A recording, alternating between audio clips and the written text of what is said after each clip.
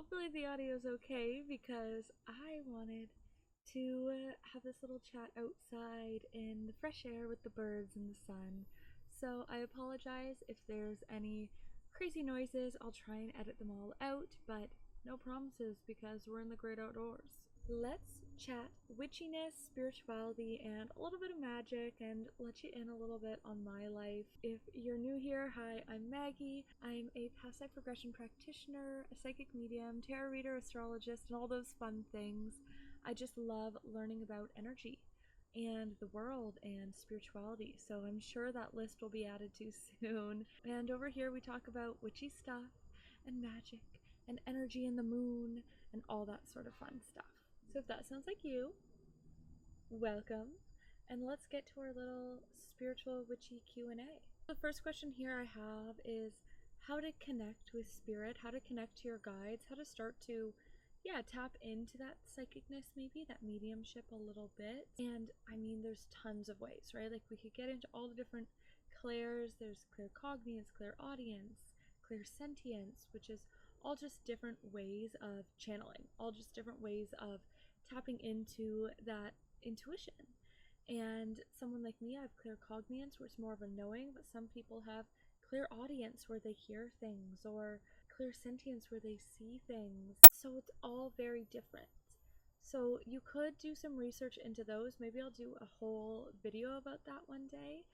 But I would say the best thing to do is just start to work with the signs. I think that's a really good introductory point for anybody. Whether you see 111 or you have a special sign like mine's a fox, how is it that the universe is communicating with you?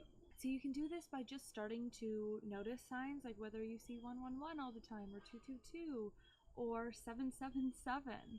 Or you can introduce a sign saying, hey, start using this sign when you want to get my attention, or if like for something specific, like you could have a career sign, a transformation sign, a warning sign, and you can sort of put that out there in the world on its own. And I think the most important thing to do to get really clear and to start creating this language with you and your guides, with you and the universe, or whatever higher power it is that you believe in, is to create what I call like a universal or a spirit guides codex. So this looks like taking an empty notebook, writing down 111, 222, 333 on each page, and starting to document each time that you see that sign. What was happening, what you were thinking about, how you were feeling at the time, and just writing them all down. And over time, you will start to see a pattern. So yes, you can look at 222, which means you're surrounded by guides or something like that, and there's a collective meaning for everyone. But you can also start to realize your specific relationship with this sign. So for me, 222 could mean, yes, I'm surrounded by my angels, but what I find it specifically means for me is that I need to be present. I always get 222 when my angels are like, you're missing something, you're missing the moment. I was on my first big trip when I was living in Europe, and we went to Spain. It was the first week I was there, and my siblings had got my partner Joel and I some tickets to a wine festival, and we were waiting for the wine festival to start, and we were sitting, I think we were eating gelato or like some sort of iced coffee drink out in a square on the patio. And I was really stressed about a few things. I was stressed about planning our next month, like where we were going. We had to buy a flight and get an Airbnb and everything. And I was stressed a little bit about money. And I was stressed about the fact that my Airbnb was supposed to have Wi-Fi and it didn't. And I was so stressed about all of these things that I was in my head and I was just thinking about them and spiraling into my head. And then I looked down and my receipt number was 222. And I was like, okay, I'm missing it. I'm here. I'm in the manifestation. I've wanted to travel around Europe so badly. And here I am in the moment, and I'm missing it because I'm stressed out over other things. Enjoy this moment. Worry about that when you get back. Enjoy your first excursion. Enjoy exploring. Enjoy this experience. And so if I hadn't known that, if I hadn't worked and kept my codex and realized what that meant for me, I might have, missed that moment. I wouldn't have understood exactly what my angels were telling me. I might have been able to be like, okay, you're with me. I don't need to stress about these things. But for me, it was just so impactful because I knew so closely what that number meant. There's a blue jay in the tree. Can I show you? Oh, it's gone. That was kind of a magical moment. I feel like that was a sign as I'm talking about signs. I don't know what blue jays mean. Maybe I have to add that to my codex. But because I knew what that meant, it felt so much more special. And because I knew what these different signs mean, and because I know what they mean day to day, it makes it so that there's really clear communications between me and my guides. So I'd really recommend getting a new notebook, starting out with this Spirit Guide Universal Communication Codex, and start to see what that means for you. And maybe you have, for example, a butterfly I use as a career sign. And over time, you can niche that down. So if I started to write down every single time I saw a butterfly, maybe it would mean confidence in business. Or maybe it would mean a big windfall of cash is about to come in. I just need to push a little bit harder. And so understanding more specifically what all of those are about can really help to clarify that communication. And that can be your first step to channeling spirit and talking with spirit. All right, the next question is, what happens if your crystal breaks?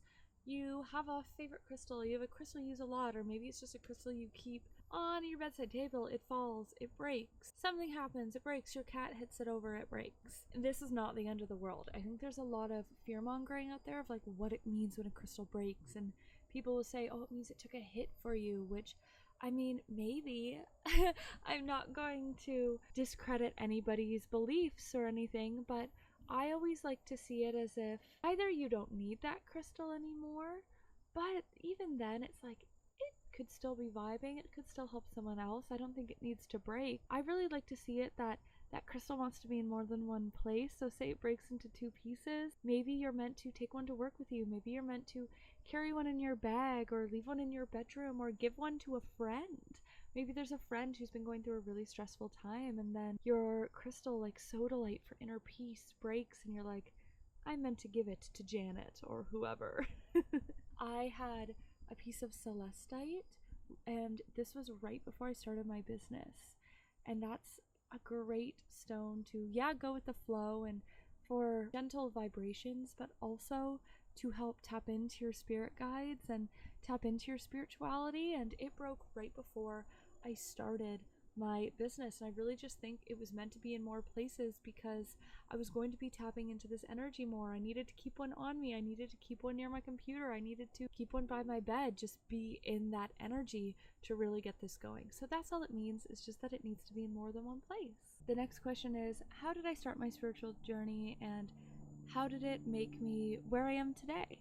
I think this one's really interesting because I didn't come from a very woo-woo family. We did go to church a little bit and then stopped because of scheduling conflicts. Like, it was never, faith and religion or spirituality was never a huge priority in my home. But when I was about 19 years old, 1920, I started working at a crystal shop near my university where, you know, it was far away from home. I needed to make money, I needed a job, and so I got a job at a crystal shop, and I totally bullshitted my way through the interview. I was like, oh yeah, I totally fit in here with my crazy hair and like my vibes, and I love crystals. I had no idea. And just from there, it was like this huge snowball effect, this huge spiritual awakening, and I bought my first deck of cards there, and I felt my first crystal vibration there, and I just got more and more into it. And I definitely was taught things that I don't agree with anymore. There was definitely some cultural appropriation going on that I have since learned, not necessarily like by me, but that was like being regurgitated and taught by the shop, and I really don't agree with it. But I didn't know better, and now I'm educated and I work really hard to know where the roots of all my practices are coming from, if they're open or closed, what the right terminology is. And especially with spirituality, so much is rooted in Wiccan culture, which is demonized so much. Like, literally affirmations that all these spiritual girlies are using, me too, love an affirmation, but they have deep roots in pagan and witchcraft and Wiccan cultures and beliefs. So I think it's really important to understand where your beliefs come from.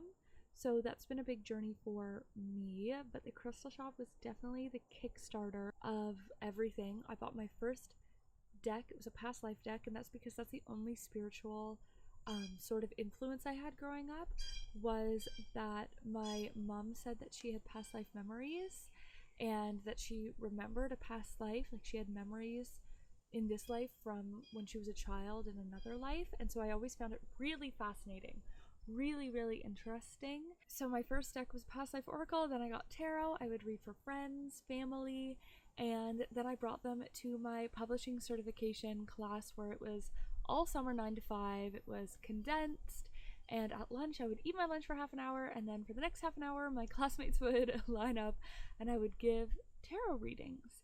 And that helped me practice so much and really helped me get to where I am today. And then I just started taking some self-development courses. I just started doing more and more in research, just fell into my practice even more and started my Instagram, and it all snowballed to where I am today. So I am so grateful for that little job, even though definitely there were some relearnings that happened, and definitely, you know, by the end it wasn't the healthiest place for me to be working, but I'm very grateful for it nonetheless, and I'm very happy that I am where I am. Kind of in the same vein here, we have the question, have you always been spiritual? And if not, how I discovered my gifts? So I have not always been spiritual. Like I said, I didn't come from a very spiritual family. However, as I've got more and more into this work, there's sort of been like things that have come out to be like, oh, this was always sort of there, or I kind of inherited this. Even like thinking back, there were things where I was so drawn to this sort of work even as a kid. As a kid, I would like collect pebbles on the playground, and I had a little crystal, not crystal, I guess they were pebbles, like rock collection, and I had them all, and I had my favorite ones. I remember there were ones that looked like watermelon slices, and I thought they were so cool, and I would always look for the watermelon ones out on the playground. Like people would be playing like tag, not that I didn't do that, I did too, but I was out there collecting little pebbles. I always wanted to like be a witch and make potions and cauldrons, and I used to like tell my friends ghost stories and say that we had to like help spirits move on. I was such a witchy kid, and I don't even know where I got this from, because I didn't necessarily like consume media that was in this vein. And then when I started doing this work and I started doing mediumship and discovered those talents, my mom told me that when I was like 3, I was playing on the floor and I looked up at her and I was like, Aunt Sandy's calling. And my mom's like, oh, hello, Aunt Sandy. And then all of a sudden the phone rang and it was my aunt, and it totally freaked them out. So I think maybe there was always a little bit of something there. The blue jay's chatty. My sign has turned into a chatty little bird. The crystal shop happened and I started reading, and those were so accurate. Like my first reading I did was for this customer. She was like, can you read my cards? I was like, I just bought these. She's like, that's okay. And then her and her friends were like crying, like it resonates so much. And I thought, oh, what is this? It kind of, you know, surprised me. And then when I went through and worked with a hypnotherapist to get certified to do past life regression, I realized as I started doing them that I was getting messages and I was feeling in my body what my clients were experiencing without even knowing what they were experiencing. Like you don't talk in my past life regressions, it's just silence. And so I started writing things down, and that just sort of snowballed into mediumship, and it was so beautiful. And it scares me sometimes. Like I call my sister and I'm like panicked and I'm like, I don't understand how I'm doing this, but I do think it's really beautiful. Oh my god, I've been speaking backwards into my mic. Yeah, just sort of all snowballed from there, and it's just been taking leaps and leaps of faith and trust in myself, and continuing to trust that what's coming up is real, and taking larger leaps of faith each time, and it turns into something really cool and really beautiful and really impactful for everyone that I work with. Ooh, I really like this one. It's kind of going back to that working with your guides and working with the universe. It's what are the difference between like religious prayers to God and manifesting with the universe? Like that surrender, that writing a letter to the universe, how's that different than prayer? And personally, I really think it's the difference between spirituality and religion that creates this as well. It's the difference between devotion and co-creation, and the difference between a plea for help and a wish versus that self-trust and that desire. And I'm not saying there's anything wrong with it, But when someone prays, they're doing it from a devotional stance. They're praying to a power higher than themselves that something will happen, that divine interventions will come in. And it's sort of that giving up control, trusting something bigger than yourself to make something happen, and feeling like that is the only way, or feeling like, you need the support of this higher energy, higher being in order to get through this, or that they have powers that you don't. When it's manifesting, you are on the same level as the universe. You're saying, I'll do your part and you do yours. And I trust that I'm doing enough that this will happen. And I trust that we're on the same page. I trust that I don't have to prove myself to you. I just have to prove myself to myself. And then it will come in, it will happen. It's this even playing field rather than a devotion and a wish. It's a very straight and simple answer, I think, and hopefully that makes sense, but that's really how I see it. On the topic of manifesting and working with the universe, someone was wondering about my personal manifestation routine. I have a whole podcast about that, and I'll link it below, but I have 5 steps. The first one is getting crystal clear. This is getting into those nitty-gritties, getting clear on not just what I want, because the what doesn't have to be that clear, to be honest, but the why and what it's going to make me feel. So like, I want more money because it will make me feel blank. I want to connect with more people because it'll make me feel blank. I want this beautiful apartment with big windows and a gorgeous view and natural lighting because it will make me feel safe within my space and nourished by my space, and I want to feel nourished by the environment that I'm in. See how you're getting really clear on the why and the what of the feeling rather than on the what of the physical thing. And then I start to act as if. I act as if I already have it. If there's a certain way I would treat my space once it's my dream apartment, then I start to act that way now in the space I'm in now. If my new apartment's going to be super organized, I'm not going to wait to get to the new apartment to do that. I'm going to act that way now. I act as if. Some people will put this up as the 4th step rather than the 2nd. I'll explain that when I get to step number 4, but you start to embody it. This doesn't mean go out and buy like a $1,000 Gucci handbag. This means showing up the way that you can in the life that you have now to start to bring that energy in.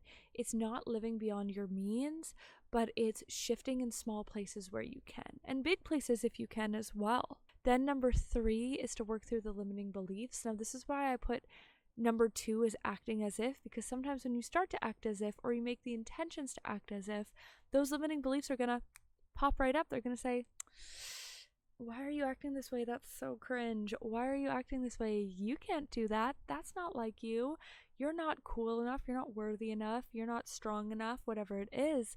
When you start acting as if, even in just small ways, then those reasons why are gonna come up, and it's that way. That's when you start working through the limiting beliefs, which is a whole other concept, but that's when you do the limiting belief work. The number 4 is sit in the vibration of what you want so that you're an energetic match. It also means when opportunities are presented to you, you're more likely to take them because you're comfortable in that energy. You're not afraid of that energy. Why am I holding my pinky up like I'm drinking tea?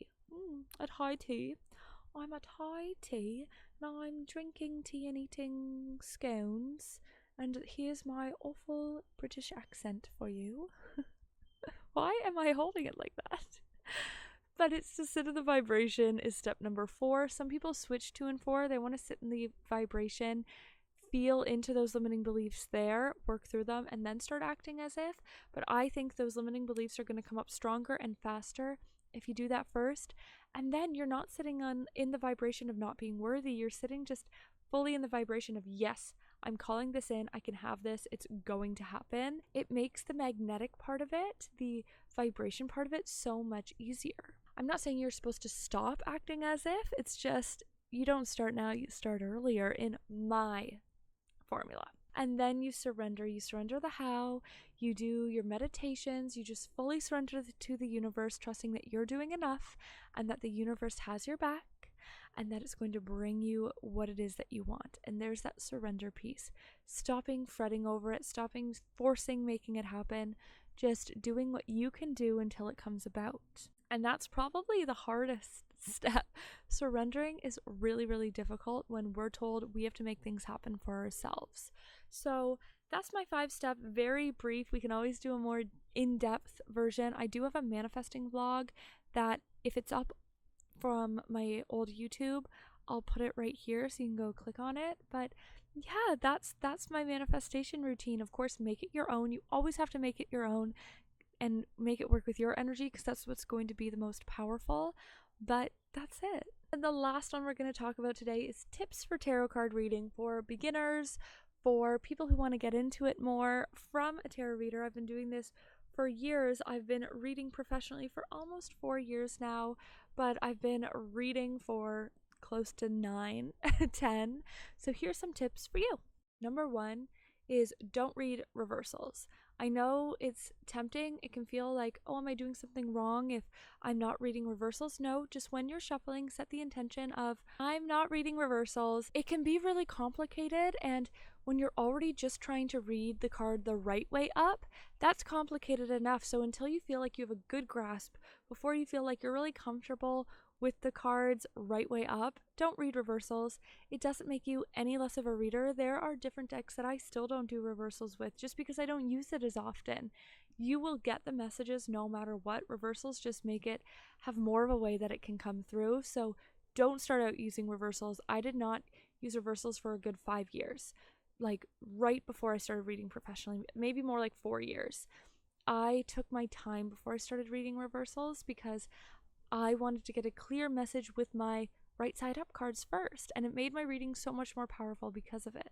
If you're pulling for yourself, if you're trying to get into a daily card routine where you pull yourself a card every day, I would really, really recommend pulling your card at the end of the day rather than at the beginning of the day, so that tarot doesn't become a crutch for you. Sometimes we will start to feel like we need tarot to tell us the answer. We don't know how to go about our day. We don't know what to do about a situation. We don't have our own decisiveness because we want to check the cards.